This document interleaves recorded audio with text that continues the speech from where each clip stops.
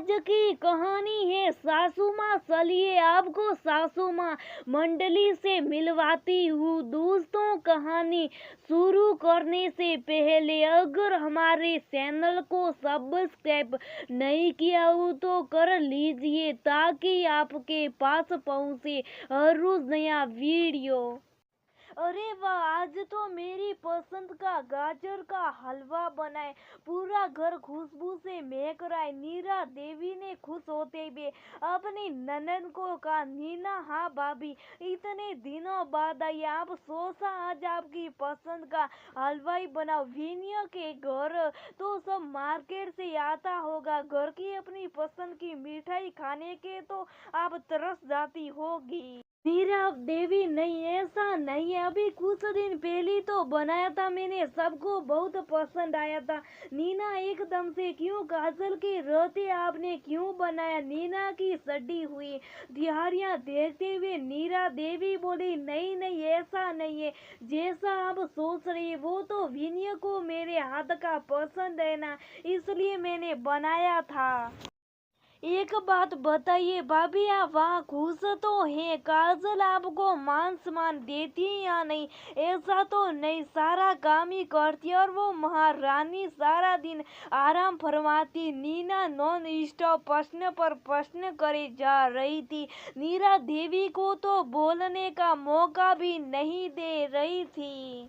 हीरा देवी उसके सवालों को सुन अतीत की पंगड़ियों में विचरण करने लग गई। पति की 13वीं का कार्यक्रम, बाहर से आए सारे मेहमानों को विदा कर दूसरे दिन सुबह जब विनी और काजल अपने 5 वर्ष के बेटे बिट्टू के साथ पूना के लिए निकल रहे थे, तभी विनी ने कहा दिया था, मम्मी अब आप यहाँ नहीं रहोगी, अब आप हमारे साथ पूना रहोगी। मैं 1 माह बाद आऊंगा आपको लेने, इतने घर समेट लेना। बहू काजल ने भी उसकी हाँ में हाँ मिलाई थी।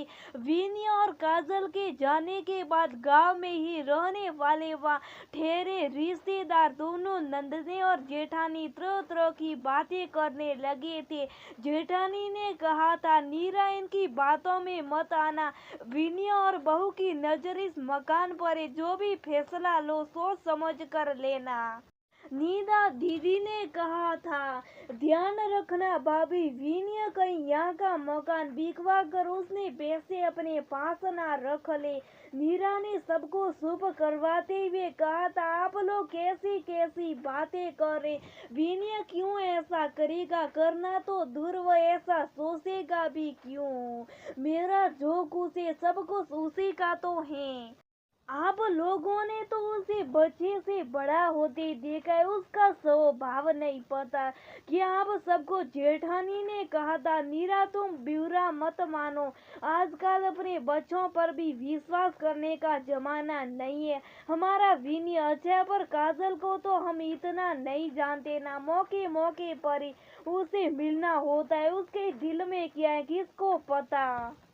नीरा देवी, नहीं काजल ऐसी नहीं है, बहुत समझदार है मेरी बहू नीना, अभी आप उसके पास वहां जाकर रहे नहीं हो ना, इसलिए आप ऐसा कर रही हो। भाभी अभी तक वो आपके घर आकर रह थी, वो भी एक एक 2 दिन के लिए। अब आप उसके घर में रहोगी तब आपको उसका असली स्वभाव पता चलेगा। इस तरह की बातों में पूरा दिन निकल गया था। शाम तक एक एक करके सभी अपने अपने घरे सरे गए थे और वो रह गई थी अकेली। इतने दिन मेहमानों से घर भरा होने के कारण उसे अकेलापन नहीं लग रहा था, पर अब अकेलापन लगने के साथ साथ उसे पति की याद भी आ रही थी। उसका दुखी दिल बार बार अपने दिवंगत पति से कह रहा था, मुझे अकेला छोड़कर क्यों चले गए? अब मैं आपके बिना अकेली कैसे रहूंगी? अब दिन में सब लोगों ने जो विनय और काजल के लिए बोला वह सुनकर भविष्य के पति भी डर गई थी। वो 1 महीने बाद विनय उसे विनय आया था। विनय को अकेला देख नीरा देवी आशंकित हो गई, कहीं मेरा गांव छोड़कर जाने का फैसला गलत तो नहीं, काजल को मेरे वहां रहने से बुरा तो नहीं लगेगा। काजल साथ क्यों नहीं आई? ननद और जेठानी तो पहले ही उसे सचेत कर रही थी, क्या करूं क्या ना करूं। इसी पेशों पेश के साथ उसने जरूरी सामान और कपड़े पैक किए और घर को ताला डाल विनय के साथ पुनः आ गई थी। नीरा देवी के पुनः आने के पहले से काजल की अपनी जीवन शैली थी। नौकरी नहीं करती थी, पर दिन भर वह बिजी रहती थी। सुबह 5 बजे से उठकर पहले वह वॉक पर जाती है, फिर योगा एक्सरसाइज के बाद विनय और सव्य की चाय बनाती, फिर बेटू को तैयार कर स्कूल बस पर छोड़कर आती, नाश्ता तैयार करती। 8 बज जाते, फिर 10 बजे विनय ऑफिस के लिए निकलता है। तब तक वह विनय के काम में बिजी हो जाती है। विनय के जाने के बाद सव्य नहाती, पूजा करती, बिखरा घर संवारती। दोपहर के 12 बज जाते, लंच की तैयारी करती हैं। 2 बजे विनय लंच को आता है। सब काम समेटते समेटते उसे 3 बज जाते। फिर बिट्टू को बस स्टॉप से लाती है, उसे चेंज करवा कर दूध आदि देकर उसे सुलाती है। सुबह जल्दी उठती है तो खुद भी दोपहर में सो जाती है, फिर शाम को 5 बजे सोकर उठती है। चाय पीकर वो फ्री होती है, बिट्टू को उठाकर दूध देती है। इतने में उसकी म्यूजिक टीचर और बिट्टू की ट्यूशन मैडम भी आ जाती है, जो 6:30 तक जाती है। और इतने विनय भी ऑफिस से आ जाता है और बिट्टू की ट्यूशन मैडम भी सरी जाती है। काजल फिर रात के खाने में बिजी हो जाती है। कब रात के 11 बज जाते पता ही नहीं चलता। शुरू में एक हफ्ता तो उन्हें बुरा लगा कि काजल उन्हें समय ही नहीं देती, पर फिर हफ्ते भर में जब वो वहाँ थोड़ा सेट हो गई तो काजल को सिस्टमैटिक तरीके से एक के बाद एक काम निपटाते देखती तो उन्हें बड़ा ताज्जुब होता। काजल खाने में नीरा देवी के पसंद का पूरा ख्याल रखती है।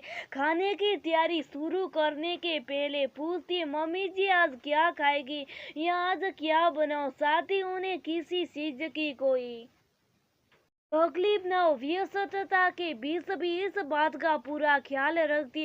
बीच में जब भी वह फ्री होती नीरा देवी से बतियाती भी। एक दिन उसने नीरा देवी को कहा, सॉरी मम्मी जी, मैं आपको बिल्कुल समय नहीं दे पाती। आप तो देख ही रही है, मुझे समय ही नहीं मिलता है। फिर काजल ने पूछा था, मम्मी जी आपको किताबें पढ़ना पसंद है क्या? नीरा देवी, मुझे भी शादी के पहले से गायन और पढ़ने का शौक था, पर लोग सुनेंगे तो क्या कहेंगे, डर से मेरा गायन का शौक बीच में कभी छूट गया। तो अब पूरे कर लीजिए अपने शौक, अब तो आपके पास समय भी है। फिर एक दिन काजल नीरा देवी के पसंद के राइट सरस की कुछ बुक्स खरीद लाई थी। नीरा देवी के अकेलेपन को समझते हुए एक दिन उसने नीरा देवी को कहा, मम्मी जी आज बिट्टू की स्कूल की छुट्टी है, दोपहर में मैं फ्री। उसी समय यहाँ सोसाइटी में सासू माँ की मंडली जमती, आज आपको सबसे मिला लाती हूँ। आप सबसे मिलोगी तो आपको भी थोड़ा चेंज हो जाएगा। नीरा देवी, नहीं काजल, मुझे नहीं मिला, मैं उनके साथ चेंज नहीं रहूंगी, तुम रहने दो। मम्मी जी क्यों चेंज नहीं रहोगी? जैसी आप वैसी तो वे सब। नहीं काजल, इस उम्र में अब मैं अपने में बदलाव नहीं लाना चाहती, जैसी हूँ ठीक है। मम्मी जी बदलाव हमेशा नवीनता लाता है, आप चलिए तो आपको अच्छा लगेगा, आप में एक नई ऊर्जा का संचार होगा। और काजल ने उस दिन दबाव डालकर सोसाइटी की सासू माँ की मंडली से उनका परिचय करवाया था। नीरा देवी भी अब अपने आप को बिजी रखती हैं। वो शाम को वॉक पर जाने लगी, कहानियों की किताबें पढ़ती। सासू मंडली दिन में रोज कुछ ना कुछ प्रोग्राम रहते, उसमें भी वो अब भाग लेने लगी। उसकी सोच में भी बदलाव आया। वह सोचती लोग बेकारी शहर में रहने वाली अपनी बहुओं के लिए तरह तरह की बातें सोच लेते हैं।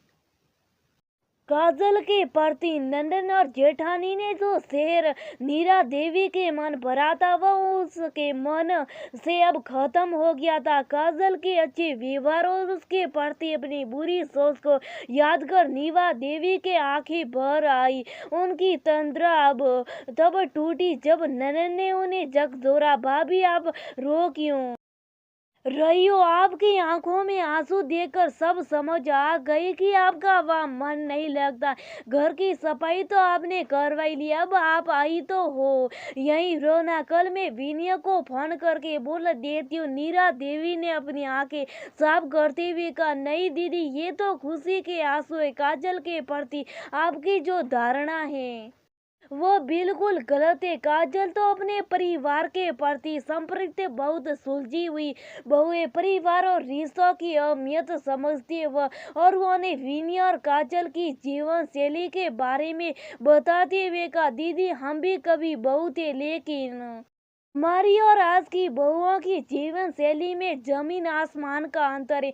परिवार के प्रति संपृक्त रहने के साथ साथ काजल सभ्य के प्रति भी संजोग है। अपनी कार्यशैली और जीवन शैली से एकदम अलग हट कर आजकल की बहुओं की कार्यशैली और जीवन शैली। नीरा देवी की बात सुनकर ननंद बोली, मतलब आपको वहाँ की जीवन शैली भी भाग गई? हाँ, वहाँ सोसाइटी में सासुओं की एक मंडली भी, और वे लोग रोज दोपहर में कुछ न कुछ प्रोग्राम रखते हैं। वहाँ सबसे मिलने के बाद मुझे लगा कि हमें तो इस उम्र में भी अभी बहुत कुछ सीखने की जरूरत है। ननन ने कहा, सही है बहू, तो कभी हम भी थे, परिवार को समय दिया, पर सभी के लिए तो कभी समय ही नहीं मिला। नीरा देवी, मैंने तो पूना जाकर समझा कि समय मिलता नहीं है, निकला जाता। हाँ सही है भाभी, वैसे ऐसी बात नहीं है कि हमारे अपने शौक नहीं थे, हम भी अपने शौक पूरा कर सकती थी। भाभी को संतुष्ट और खुश देख ननन भी खुश थी, साथ ही सोच रही थी, पहले जो समय हमें मिलता था वो हमने लोग क्या कहेंगे, मैं और बाद का समय हमने दूसरों की बहुओं के परपस करने में गवा दिया।